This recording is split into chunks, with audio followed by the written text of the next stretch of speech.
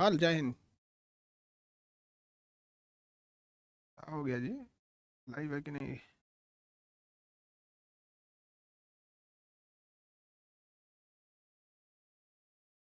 Sound नहीं आ रहा है। आवाज तो जा रही है बाबू, आप देखिए ध्यान से। लाइव है हम लोग। मोबाइल पे चेक कर लो। कोई दिक्कत नहीं ना? यस सर, रेडी हैं हम लोग, चलिए तो देखा जाए।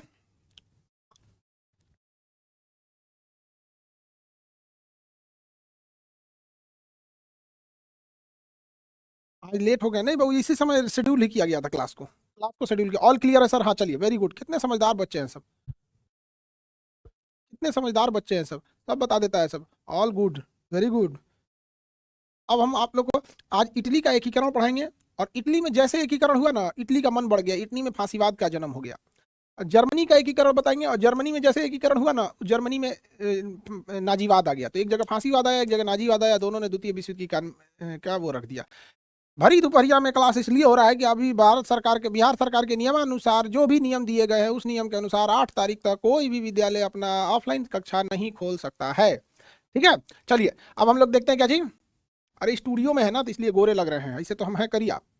स्टूडियो में है, हम गोरे लग रहे हैं इसलिए करिया। तुम लोग को भी कोई फोटो आए तो फोटो पर ज्यादा ध्यान नहीं देना है। सवेरे सवेरे देखोगे किसी को तब समझ में आएगा। इसके बाद ज्योग्राफी होगा, हाँ इसके बाद एकदम ज्योग्राफी होगा। सदरुल अंसारी सर, किसकी सरकार बन रही है? बाबू तुम अपनी सरकार बनाओ, देखो तुमको नौकरी हो जाए वही तुम्हारे लिए बेस्ट है, समझे? अपनी सरकार मतलब आप अपने लिए देखो। गवर्नमेंट के आने जाने से आपके व्यक्तिगत जीवन पे बहुत ज्यादा प्रभाव पड़ने वाला नहीं है। ये सब चीजों से उतना नहीं। देखो हम लोग वोट डाल के आए, शांति से बैठ गए। दिख रहा है कि नहीं जी फोटो? हो रहा है तो वोट ऐसे दिखाएंगे तो मुँह रंग का हमारा सीईओ है। अपनी सरकार इन द सेंस, घरे में रहो तुम लोग पढ़ाई लिखाई करके। यहाँ पे आदमी वोट वोट डाला, वोट डाल के चल दिया, यहाँ पे बस अपना काम हो गया। आपका जब तक नौकरी नहीं होगा, आप सेटल नहीं होंगे, तब तक कोई दिक्कत तो आपको कोई दूर करने वाला नहीं है। और लड़की लोग, आप लोग भी मन लगा के पढ़ाई करो और इतना कामयाब बनो कि बुढ़ापे में माँ बाप को कभी कोई दिक्कत ना आने दे। अब हम आगे बढ़ते हैं, हम लोग ज्योग्राफी में इसको देखते हैं, इटली का एकीकरण। इटली के एकीकरण को हम लोग ध्यान से समझते हैं। इटली के एकीकरण में क्या क्या चीजें थी। इटली आपको पता होगा, ये कहाँ है भैया इटली? इटली इसमें नक्शा होगा। अरे वेयर इज दिस मैप? हाँ, डेस्कटॉप में नहीं है।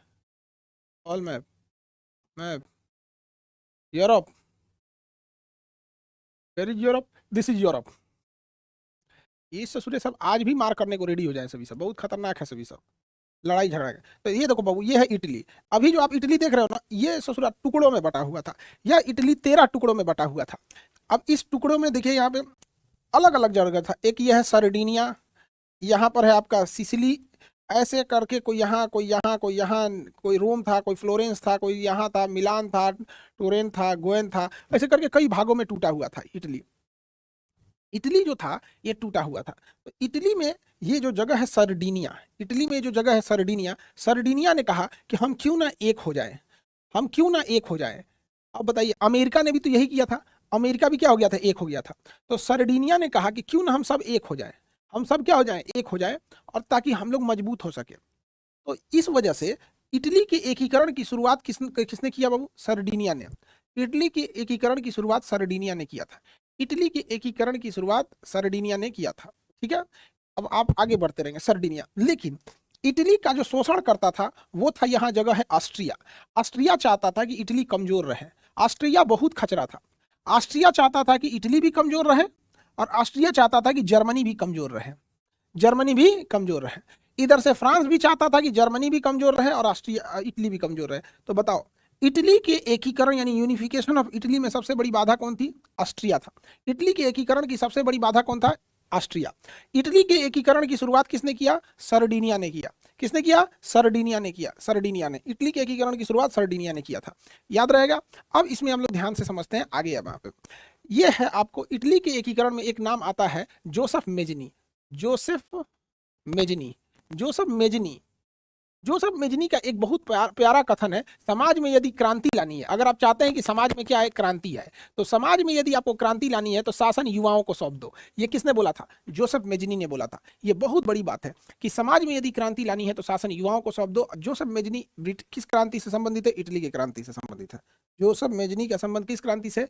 इटली की क्रांति से। कोई दिक्कत?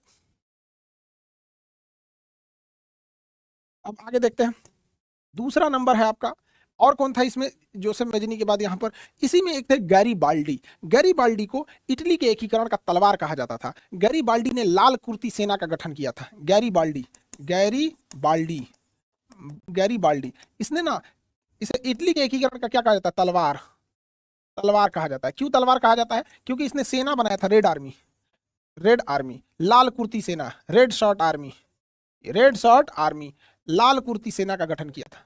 तो गैरीबाल्डी ने क्या गठन किया था? लाल कुर्ती सेना। ये क्वेश्चन पूछा हुआ है कि इटली के एकीकरण का तलवार किसे कहा जाता है? इटली के एकीकरण की तलवार गैरीबाल्डी को कहा जाता है। लाल कुर्ती सेना का गठन किसने किया था? तो गैरीबाल्डी ने किया था। लाल कुर्ती सेना का गठन गैरीबाल्डी ने किया था। और तीसरा नाम आता है count Cavour. Count Cavour, count Cavour जो था, इसने इटली के एकीकरण को विश्व लेवल पे ले आया। इसने क्या किया? क्रीमिया युद्ध में भाग ले लिया। 1854 के समय चल रहा क्रीमिया युद्ध, कौन सा युद्ध? क्रीमिया युद्ध। क्रीमिया युद्ध में भाग ले लिया और इसी ने इटली के एकीकरण को पूर्ण किया था। इटली के एकीकरण को कंप्लीट किसने किया था? Count Cavour. तो इटली के एकीकरण में 3 राजाओं के 3 नेताओं का नाम याद रखना है। जोसेफ मेजनी युवाओं को लाया था, काउंट गैरीबाल्डी ने एक सेना बनाया था, रेड आर्मी, जिस कारण इसका रेड शॉर्ट आर्मी, लाल कुर्ती सेना, जिस कारण इसे इटली के एकीकरण की तलवार कहा जाता था। और काउंट कैवोर, काउंट कैवोर ने 1854 के क्रीमिया के युद्ध में भाग लेके इटली के एकीकरण को विश्व लेवल पर ला दिया। इटली के एकीकरण को विश्व लेवल पर ला दिया और क्रीमिया युद्ध के बाद ही यह इटली का एकीकरण कंप्लीट हो गया। अतः इटली के एकीकरण को पूर्ण किया था काउंट कैवोर। इटली के एकीकरण का तलवार गैरीबाल्डी को और शासन युवाओं को सौंप दो, किसने बोला था? जोसेफ मेजनी ने बोला था। आप में कितने लोग बता सकते हैं कि 1854 के समय लड़ा गया क्रीमिया युद्ध में एक महिला भी भाग ली थी? बताइए, उस महिला का नाम कोई बता सकते हैं? क्रीमिया युद्ध के कारण वो महिला फेमस हो गई। उस महिला का नाम, उस महिला का नाम बोलिए, उस महिला का नाम। Florence Nightingale, very good, Florence Nightingale. Virat Singh, Tejaswi Gautam, Tabassum Khan, very good. Florence Nightingale, Payal, बहुत अच्छा बाबू, बहुत अच्छा, वेरी गुड। ऐसे मन लगा के आप जवाब दीजिए, जब आपका जवाब आता है तो हम लोग को भी बहुत खुशी होती है। फ्लोरेंस नाइटिंगेल का संबंध किससे था? क्रीमिया युद्ध से था। और फ्लोरेंस नाइटिंगेल इटली के मिलान, कहाँ की रहने वाली थी? फ्लोरेंस शहर की थी। शहर का नाम है फ्लोरेंस शहर। तो इटली का एकीकरण कंप्लीट हो गया। आपसे अगर हम पूछेंगे कि इटली का एकीकरण में सबसे बड़ी बाधा कौन था, तो आप क्या बताएंगे? ऑस्ट्रिया बाधा था। और इटली के एकीकरण की शुरुआत किसने किया था? सर्डिनिया ने किया था। इटली के एकीकरण की शुरुआत सर्डिनिया ने किया था। इटली 13 भागों में टूटा हुआ था।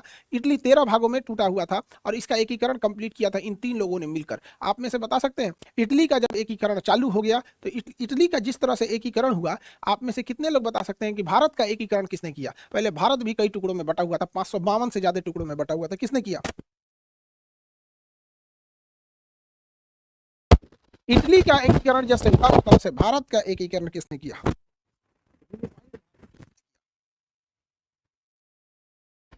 सरदार वल्लभ भाई पटेल, सरदार वल्लभ भाई पटेल। लौह पुरुष, आयरन मैन ऑफ इंडिया कहा जाता है सरदार वल्लभ भाई पटेल को। आगे बढ़ते हैं हम लोग। सरदार वल्लभ भाई पटेल को आपने देख लिया, तो अब हम लोग आगे बढ़ते हैं। देखिए ध्यान से आप लोग, चलिए आप सब लोग ध्यान से देखते हैं। इटली के एकीकरण में आपसे कोई सवाल पूछेगा तो आप बता सकते हैं। इटली का एकीकरण प्रारंभ हुआ सर्डिनिया से। इटली के एकीकरण में सबसे बड़ी बाधा था ऑस्ट्रिया था। इटली के एकीकरण में क्रांति को में युवाओं को शामिल किया। जोसेफ मेजनी ने कहा था कि शासन अगर युवाओं को सौंप दे तो समाज में क्रांति आ जाएगी।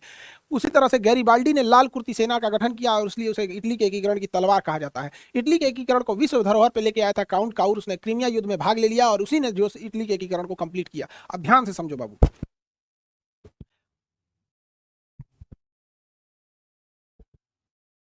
Count Cavour.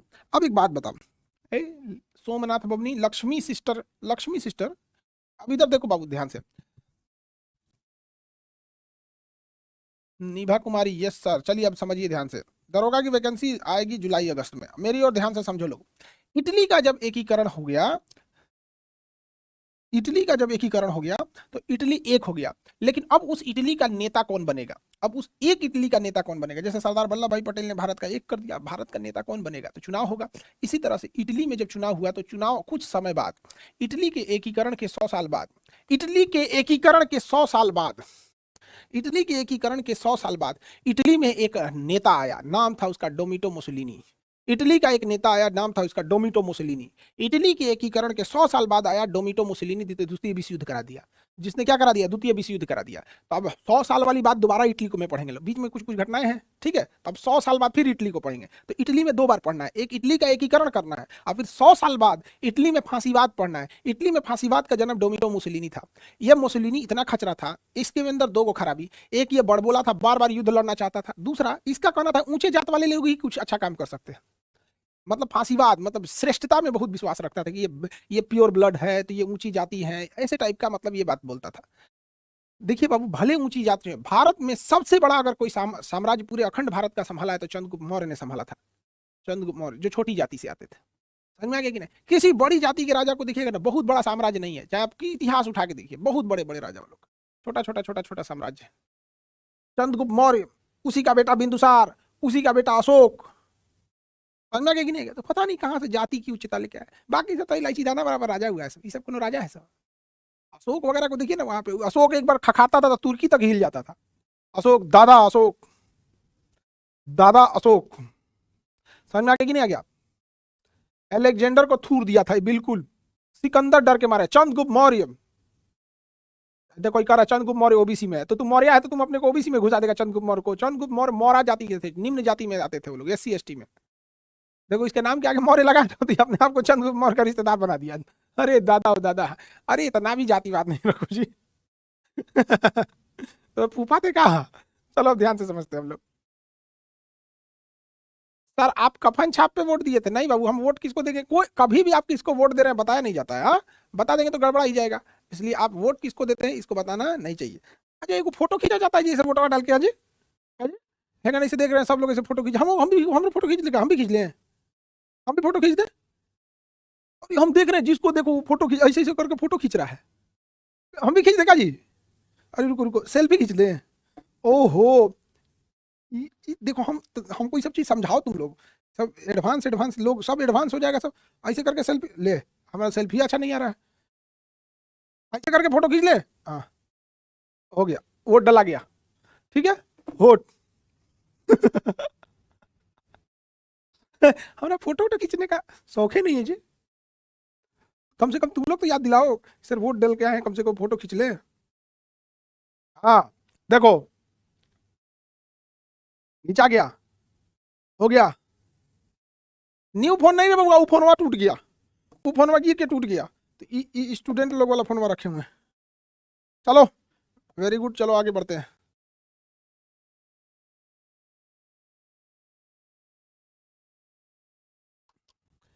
अब ये हो गया आपका इटली उटली। तो अब हम इटली के बाहर बढ़े, इटली के बाहर बढ़े।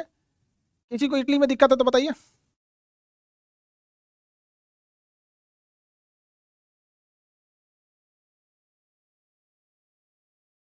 इटली के बाहर बढ़े।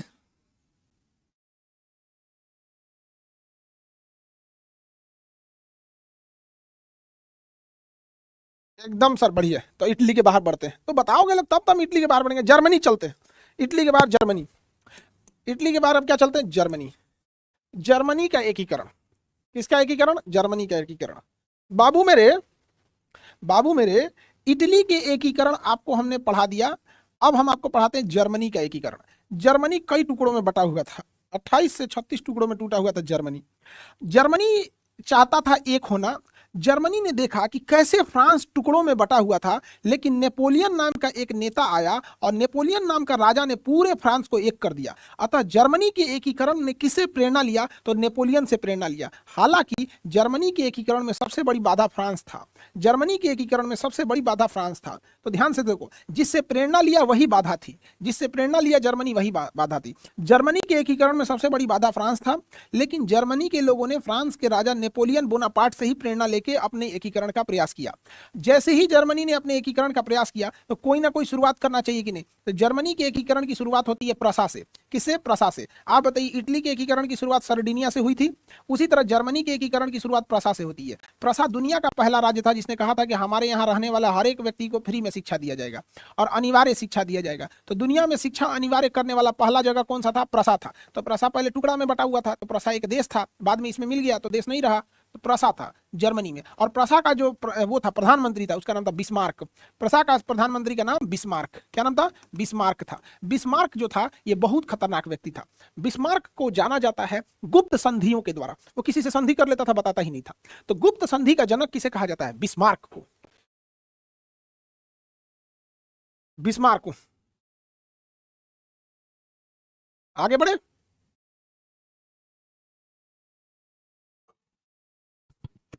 बिस्मार्क को कहा जाता है गुप्त संधि का जनक। जैसे ही, अब ध्यान से देखो, जैसे ही प्रसा ने कहा कि हमें पूरे जर्मनी को एक करना है, ऑस्ट्रिया ने युद्ध कर दिया। ऑस्ट्रिया ने युद्ध कर दिया, कहा कि ऐसा नहीं हो सकता है, मैं जब तक जिंदा हूं तुम्हें एक होने नहीं दूंगा। इटली भी एक हो गया, तुम भी एक हो जाओगे, तो मेरा क्या होगा? बिस्मार्क ने कहा मार दो इसको, मार डाल दो, मार डाल इसको। बिस्मार्क ने कहा मार दे इसको, इसको मिला लो अपने में, इसको ही मिला लो अपने में। बड़ी बाधा बन रहा था। तो ऑस्ट्रिया को भी किसमें मिला लिया? जर्मनी में मिला लिया। ऑस्ट्रिया को भी किसमें मिला दिया? जर्मनी में मिला लिया। समझ में आ गया कि नहीं आ गया? ऑस्ट्रिया को मिला लिया जर्मनी में, ऑस्ट्रिया को मिला लिया जर्मनी में, ऑस्ट्रिया को किसमें मिला लिया? जर्मनी में मिला लिया। किसी को दिक्कत है तो बोलिए। ऑस्ट्रिया को मिला लिया किसमें? जर्मनी में। ऑस्ट्रिया भी मिल गया जर्मनी में। ऑस्ट्रिया बड़ी चिल्ला रहे थे ये होने नहीं देंगे, होने नहीं, मार के मिला लिया उसमें, कहा हमको क्या समझता है। और 1861 में फ्रैंकफर्ट की संधि के द्वारा, जर्मनी का एक बहुत बड़ा शहर है फ्रैंकफर्ट, ऑस्ट्रिया जर्मनी का एक बहुत बड़ा शहर है फ्रैंकफर्ट, और 1861 में फ्रैंकफर्ट की संधि के द्वारा, 1861 में एक संधि होती है फ्रैंकफर्ट, 1861 में एक संधि होती है, नाम होता है फ्रैंकफर्ट, फ्रैंकफर्ट, फ्रैंकफर्ट की संधि होती है। 1861 में एक संधि होती है फ्रैंकफर्ट की संधि। इसके द्वारा 1800 संधि में 100 संधि के द्वारा, 1871 के संधि के द्वारा जर्मनी का एकीकरण कंप्लीट होता है, जर्मनी में संविधान बनता है। जर्मनी के संविधान को वीमर संविधान कहते हैं। क्या कहते हैं? वीमर संविधान। वीमर, वीमर संविधान। जर्मनी के संविधान को क्या कहते हैं? वीमर संविधान कहते हैं। आगे बढ़े। जर्मनी के संविधान को क्या कहा जाता है? वीमर संविधान कहा जाता है। हो गया? 1871 लिखे हैं जी, 61 नहीं। अरे यही है, यही वाला, इसी ये वाला 61 देखो, ये वाला 61 है कि 71 है? ये वाला 1871 है। हाँ वही है, सही है। हम कुछ गड़बड़ बोल दिए क्या? 1871 का फ्रैंकफर्ट की संधि के द्वारा जर्मनी का एकीकरण कंप्लीट हो गया, जर्मनी भी एक हो गया। जर्मनी के एकीकरण का सबसे बड़ा नायक कौन था? बिस्मार्क। गुप्त संधि का जनक किसे कहा जाता है? बिस्मार्क। गुप्त संधि का जनक बिस्मार्क।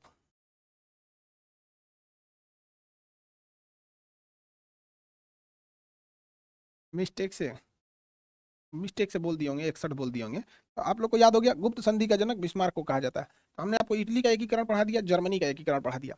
लेकिन दोनों के एकीकरण के 100 साल बाद इटली में आता है डोमिटो मुसोलिनी और जर्मनी में आता है हिटलर।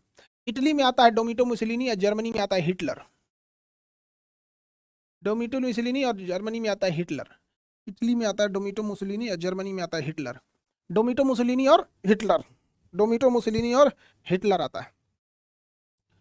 डोमिटो मुसोलिनी और हिटलर आता है। बताइए, ये दोनों मिलकर सर द्वितीय विश्व युद्ध स्टार्ट कर दिया। दोनों ने मिलकर द्वितीय विश्व युद्ध स्टार्ट कर दिया। सर आपके 2 स्टूडेंट का आर्मी में सिलेक्शन हुआ, बहुतों का सिलेक्शन हुआ है बाबू, बहुत का सिलेक्शन हुआ है। ठीक है,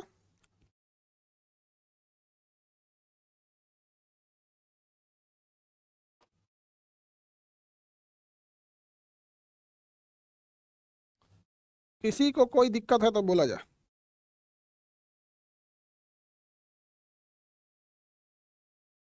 किसी को कोई दिक्कत है तो बोलिए। तो यहां से द्वितीय विश्व युद्ध की नींव पड़ती है। पहले तो ये इटली था, टूटा हुआ था, इटली का एकीकरण हुआ, और उसके 100 साल बाद यहाँ आ गया मुसोलिनी। जर्मनी टुकड़ों में बटा हुआ था, जर्मनी का एकीकरण हुआ, और यहाँ आ गया हिटलर। तो जर्मनी में आ गया हिटलर और यहाँ आ गया डोमिटो मुसोलिनी, दोनों मिलकर द्वितीय विश्व युद्ध कर दिया। तो हमें दोबारा पढ़ना है इटली को, लेकिन दोबारा जब हम इटली पढ़ेंगे तो इटली का एकीकरण नहीं, बल्कि इटली में डोमिटो मुसोलिनी द्वारा किया गया फांसीवाद। और जर्मनी भी दोबारा पढ़ेंगे, लेकिन जर्मनी का एकीकरण नहीं पढ़ेंगे, बल्कि जर्मनी में हिटलर द्वारा शुरू किया गया नाजीवाद। तो यहाँ इसने चालू किया नाजीवाद, और यहाँ इसने चालू किया फांसीवाद, fascist and Nazism, fascist and Nazism. समझ में आ गया कि नहीं आएगा? मुसोलिनी बैल था, मुसोलिनी बैल था। दोनों में किसी को कोई दिक्कत है तो बोलिए। तो अब हम रूस की क्रांति पढ़ाएं, बोलिए। तो हम आगे बढ़े, रूस की क्रांति पढ़ाएं। हिटलर की पत्नी का क्या नाम था? ईवा ब्राउन। तुमको दूसरे की पत्नी से क्या मतलब है? देख रहे हो, पत्नी का नाम पूछ रहा है। तुम नौकरी लो, अपनी पत्नी का नाम बताना, बेवकूफ कहीं का। ज्वाइंट सुसाइड किया था हिटलर अपनी पत्नी के साथ। ऐसा हमारा विद्यार्थी ऐसा ऐसा आ गया है ना कि अब हमको सारा नेता होता का पत्नी का नाम याद रखना पड़ रहा है। जब देखो तो पूछ रहा है कि सर लॉर्ड डलहौजी की पत्नी का नाम क्या था। अरे हम सबके पत्नी का नाम क्या करेंगे याद रख रखे। ये ऐसा सवाल मत पूछा करो तुम लोग, पत्नी का नाम किसके की पत्नी कौन थी। जब देखो तो किसी किसी की पत्नी का नाम, अब पूछेगा मुसोलिनी की पत्नी कौन थी।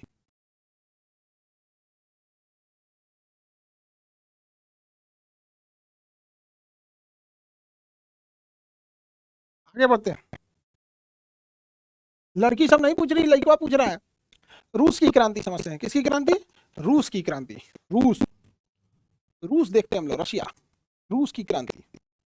अरे भैया ये रूस देख रहे हो कितना बड़का है, बहुत है बड़का है रूस। रूस की क्रांति, अब देखो बहू, रूस की जो क्रांति हुई, रूस की क्रांति को हम दो नाम से जानते हैं, रूस की क्रांति, रूस की क्रांति। अब इस क्रांति में तो पहली बात इसको दो नाम से जाना जाता है। कौन कौन दो नाम, एक का नाम है वाल्सेविक क्रांति, वाल्सेविक क्रांति। रूस की क्रांति को वाल्सेविक क्रांति भी कहते हैं। इसे हम साम्यवादी भी क्रांति, साम्यवादी क्रांति भी कहते हैं, साम्यवादी क्रांति कहते हैं। रूस की क्रांति दो चरण में हुई थी। रूस की क्रांति कितने चरण में हुई थी, दो चरण में हुई थी। कौन कौन से दो चरण में हुई थी, तो एक 1905 में हुई थी जब राजा ने अत्याचार किया, और एक 1917 में हुई जब प्रथम विश्व युद्ध में रूस ने हार गया। जब प्रथम विश्व युद्ध में रूस हार गया, तो रूस की क्रांति को हम वाल्सेविक क्रांति कहते हैं, या रूस की क्रांति को ही हम साम्यवादी क्रांति कहा जाता है। यह दो चरणों में हुआ था, 1905 में जब रूस जापान से हारा, और 1917 में जब रूस प्रथम विश्व युद्ध हारा। जब भी हारा रूस तो क्रांति हुई। समझ में आ गया कि नहीं आ गया।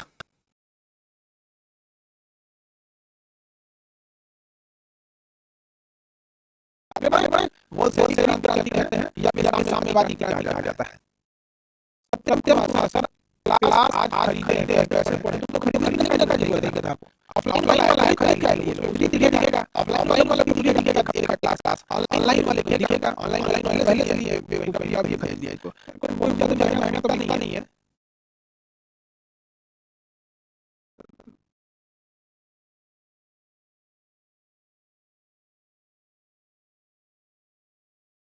चलिए यहाँ तो पढ़ाई करो, पढ़ाई ऑनलाइन वाले कैसे ऑनलाइन वाले की तो नहीं जाएगा। ऑनलाइन जो एक क्लास उसको अपलोड छोड़ देंगे, चार चार बनेगा। आप ध्यान से देखो 1905 में जापान, देखो ध्यान से, ये जापान है ना, 1905 में जापान, 1904 से 1905 के बीच में जापान और बीच में लड़ाई गई रूस के बीच में। ये जापान ने बात हरा दिया 1905 में, जापान ने बात हरा दिया। इसके ऊपर सोचो किसको हरा दिया, ये रूस को हरा दिया था। ये रूस हार गया, रूस क्या हो गया, हार गया, रूस को हरा दिया यहाँ पे 1905 में। इतना खतरनाक था ये, जापान ने हरा दिया रूस को। जब भी युद्ध हारिएगा तो महंगाई वगैरह बढ़ जाएगी, बेरोजगारी बढ़ जाएगी, तो रूस में बहुत ज्यादा महंगाई बढ़ गई। और यहाँ पर शासक था जार निकोलस। जार, यहाँ के राजा को क्या कहा जाता है, जार। और जार कौन था, निकोलस, जार निकोलस। जार का नाम था निकोलस। जार तो एक पद का नाम है, पद। जैसे मिस्र के राजा को फिरौन कहा जाता था, केरला के राजा को जैमुरीन कहा जाता था, दिल्ली सल्तनत के राजाओं को सुल्तान कहा जाता था, मुगल सल्तनत के राजाओं को बादशाह कहा जाता था, और मराठा राजाओं को छत्रपति कहा जाता था, राजस्थान के राजाओं को राजा कहा जाता था। तो यहाँ के जो राजा थे निकोलस, जार उसे कहा जाता था, जार। तो जार निकोलस बहुत ही क्रूर शासक था, बहुत ही ज्यादा क्रूर शासक था। 1905 में जब जापान से पराजय हुई ना, तो रूस में महंगाई बहुत बढ़ गई, मजदूरों की बेरोजगारी बढ़ गई। तो मजदूर जो गए थे सब, ये 22 जनवरी 1905 को अपने राजा जार निकोलस के पास पहुंचे। सब 22 जनवरी 1905 को राजा जार निकोलस के पास, जार निकोलस के पास पहुंचे सब। निहत्ते मजदूरों के पास हथियार क्या रहता है, जो आदमी ये बोले कि निहत्ते पहुंचे सब, निहत्ते पहुंचे सब कि हमें रोजगार दो, राजा अपनी नीतियां बदलो। राजा ने देखा क्या, अरे हल्ला क्या हो रहा है, हल्ला क्या हो रहा है। तो महल के बाहर देखा, किला के बाहर देखा, तो हजारों की संख्या में मजदूरों की भीड़ लगी हुई थी। तो मजदूरों की भीड़ लगी हुई थी, राजा ने वार्निंग दिया कि वापस लौट जाओ। लोगों ने कहा कि नहीं लौटेंगे। राजा ने अपने सैनिकों को आदेश दिया, गोली चलाओ। और 22 जनवरी 1905 को राजा जार निकोलस के कहने पर मजदूरों के ऊपर गोली चला दिया गया, और हजारों की संख्या में मजदूर मर गए और जख्मी हो गए, वहां से भाग गए जान बचा के। गोली चलाने वाले इसी घटना को खूनी रविवार कहा जाता है। तो जब आपसे पूछा जाएगा खूनी रविवार का संबंध किस क्रांति से है, तो आपको बोलना पड़ेगा रूस की क्रांति। वाल्सेविक क्रांति किसे कहते हैं, रूस की क्रांति। साम्यवादी क्रांति किसे कहते हैं? रूस की क्रांति। 2 चरणों में हुई थी क्रांति, रूस की क्रांति। टेनिस कोर्ट ओथ का संबंध फ्रांस की क्रांति से, रूसों का संबंध फ्रांस की क्रांति से, वास्तिल दुर्ग का संबंध फ्रांस की क्रांति से, चुड़ैलों का धावा फ्रांस की क्रांति से, वर्साई की संधि फ्रांस की क्रांति से संबंधित है, गौरवपूर्ण क्रांति ब्रिटेन की क्रांति से, विलियम ऑफ ऑरेंज ब्रिटेन की क्रांति से संबंधित है, no tax without representative America की क्रांति से, बोस्टन चाय पार्टी अमेरिका की क्रांति, रंग भेद की लड़ाई अमेरिका की क्रांति, लोकतंत्र की लड़ाई अमेरिका की क्रांति, स्वतंत्रता समानता बंधुता फ्रांस की क्रांति से, गैरीबाल्डी इटली का एकीकरण, जोसेफ मेजनी इटली का एकीकरण, काउंट काउर इटली का एकीकरण, बिस्मार्क जर्मनी का एकीकरण। सब याद रहना चाहिए आप लोगों को। रूस की क्रांति से वॉल्शेविक क्रांति कहा जाता था। 22 जनवरी 1905 को इस घटना को कहा गया, 22 जनवरी 1905 की इस घटना को कहा गया खूनी रविवार। उसके बाद जनता ने जार निकोलस को गद्दी से उखाड़ फेंका, जार निकोलस को उसके गद्दी से क्या क्या उखाड़ फेंका। उसके बाद देखिए एक बड़ी समस्या है। समस्या क्या है कि आप राजा को हटा दीजिएगा, उसके बाद शासक बनेगा कौन?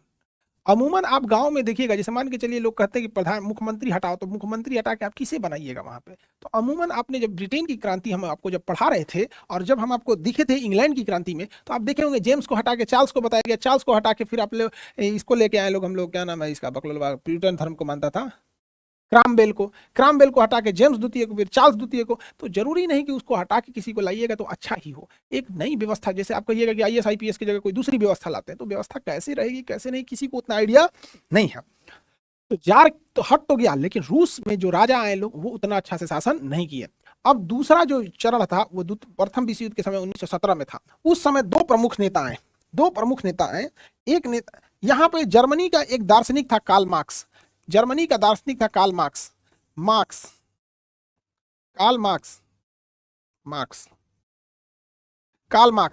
जर्मनी का शासक था, नाम था इसका कार्ल मार्क्स। जर्मनी का शासक का नाम था कार्ल मार्क्स।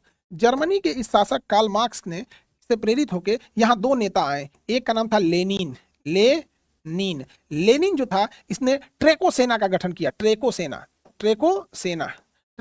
का गठन किया। और एक और नेता था ट्राटस्की ने रेड शर्ट आर्मी, लाल कुर्ती सेना। देखिए दुनिया में बहुत ज्यादा लाल कुर्ती सेना का गठन किया जाएगा। भारत में आपको याद होगा खान अब्दुल गफ्फार खान, जिसे फ्रंटियर गांधी कहा जाता था, उन्होंने भी लाल कुर्ती सेना का गठन किया था। तो बताइए रूस की क्रांति का पहला जो चरण था 1905 में, जब वो जापान से हारा था 1905 में, और उस समय जो मजदूरों ने किया था उसे खूनी रविवार कहा गया था, खूनी रविवार। लेकिन जब उसके बाद जब दूसरा चरण आया तो उस समय दो नेताओं ने इसे लीड किया। एक का नाम था लेनिन और दूसरे का नाम था ट्राटस्की, लेनिन और ट्राटस्की। लेकिन इन सब में लेनिन आगे निकल गया और लेनिन ने ही यहाँ एक मजदूरों का संगठन बनाया जिसका नाम रखा गया सोवियत संघ। लेनिन ने ही क्या बनाया? सोवियत संघ का गठन किया था। और लेनिन को रूस का जनक कहा जाता है। रूस का जनक किसे कहा जाता है? लेनिन को कहा जाता है। सोवियत संघ यानी रूस का जनक किसे कहा जाता है? लेनिन को कहा जाता है। लेकिन आधुनिक रूस का जनक स्टालिन को कहा जाता है। स्टालिन को कहा जाता है। आधुनिक रूस का जनक स्टालिन को कहा जाता है। और सोवियत संघ का जनक किसे कहा जाता है? लेनिन को कहा जाता है। किसे कहा जाएगा? लेनिन को कहेंगे। अब हमें पढ़ना है प्रथम विश्व युद्ध। उससे पहले आपको रूस की क्रांति को एक बार ध्यान से देख लीजिए। रूस की क्रांति जो थी वह राजा जार निकोलस के विरुद्ध थी। यह दो चरणों में हुई थी। 1905 में जब रूस जापान से हारा तो मजदूर अपनी मांग को लेकर राजा के पास पहुंचे, लेकिन 22 जनवरी 1905 को राजा ने उनके गोली चलवा दिया, जिसे कहा गया खूनी रविवार। और जब 1917 में जब प्रथम विश्व युद्ध में रूस हारा तो उस समय मजदूरों की बात करने के लिए आया लेनिन। और कौन आया? ट्राटस्की। ये किससे प्रभावित थे? जर्मनी के दार्शनिक, जर्मनी के विद्वान व्यक्ति। खत्म हो गया? साउंड तो ठीक ही है। माइक ठीक करिए सर, माइक एकदम ठीक है, माइक एकदम सही है, माइक में कोई दिक्कत नहीं है। साउंड तो फिर हल्ला क्या कर रहा है? साउंड बबरिंग हो रहा है, साउंड नहीं आ रहा है। क्यों साउंड नहीं आएगा? साउंड तो सही आ रहा है। ये कैसे साउंड? सर हो गया सही, अभी ठीक है सर, एकदम सही है, अब सही हो गया एकदम। चलिए, तो जज एकदम सही हो गया। लेनिन ने बनाया था ट्रेको सेना और ट्राटस्की ने बनाया था लाल कुर्ती सेना। लेनिन को ही सोवियत संघ का जनक कहा जाता है, जबकि रूस अर्थात सोवियत संघ का आधुनिक जनक किसे कहा जाता है? स्टालिन को कहा जाता है। बैल था स्टालिन, किसी काम का आदमी नहीं था, बहुत लोगों को कटवा दिया था स्टालिन, 2-4 लाख लोगों को कटवाया था स्टालिन। आगे बढ़े। आप लोगों को हमने बताया इटली की क्रांति, इटली का एकीकरण, जर्मनी का एकीकरण और रूस की क्रांति। इटली का एकीकरण याद रहेगा, बताइए इटली के एकीकरण के बाद क्या चालू हुआ? इटली में फांसीवाद, इटली में फांसीवाद। जर्मनी में देखेंगे तो जर्मनी में एकीकरण के बाद क्या हुआ? जर्मनी में नाजीवाद चालू हो गया। क्या चालू हो गया? नाजीवाद। तो इटली के एकीकरण के बाद चालू हुआ इटली में फांसीवाद। किसने चालू किया था? डोमिटो मुसोलिनी। और नाजीवाद किसने चालू किया था? Adolf Hitler. एडोल्फ हिटलर की बात थिंकिंग ने और मुसोलिनी की फांसीवाद सोच ने द्वितीय विश्व युद्ध को जन्म दे दिया। अतः कल हम आपको पढ़ेंगे प्रथम विश्व युद्ध, और प्रथम विश्व युद्ध जब खत्म होगा तो फिर तुर्की पढ़ना है और नाजीवाद पढ़ना है और फांसीवाद पढ़ना है। नाजीवाद फांसीवाद मिलकर द्वितीय विश्व युद्ध चालू करेंगे, और द्वितीय विश्व युद्ध के बाद आपको देखना है चीन की क्रांति और श्वेत शीत युद्ध, कोल्ड वार। उसके बाद ये हिस्ट्री का क्लास खत्म हो जाएगा। 4 क्लास बस बचा है। कितना क्लास बचा हुआ है? 4 क्लास। एक क्लास में प्रथम विश्व युद्ध जाएगा, दूसरी क्लास में नाजीवाद और फांसीवाद जाएगा, तीसरे क्लास में द्वितीय विश्व युद्ध जाएगा, और चौथी क्लास में शीत युद्ध और चीन की क्रांति चली जाएगी। Complete. Only 4 class, only 4 class. तो हम कोशिश अब इस बीच ना आप क्लास नहीं रखेंगे।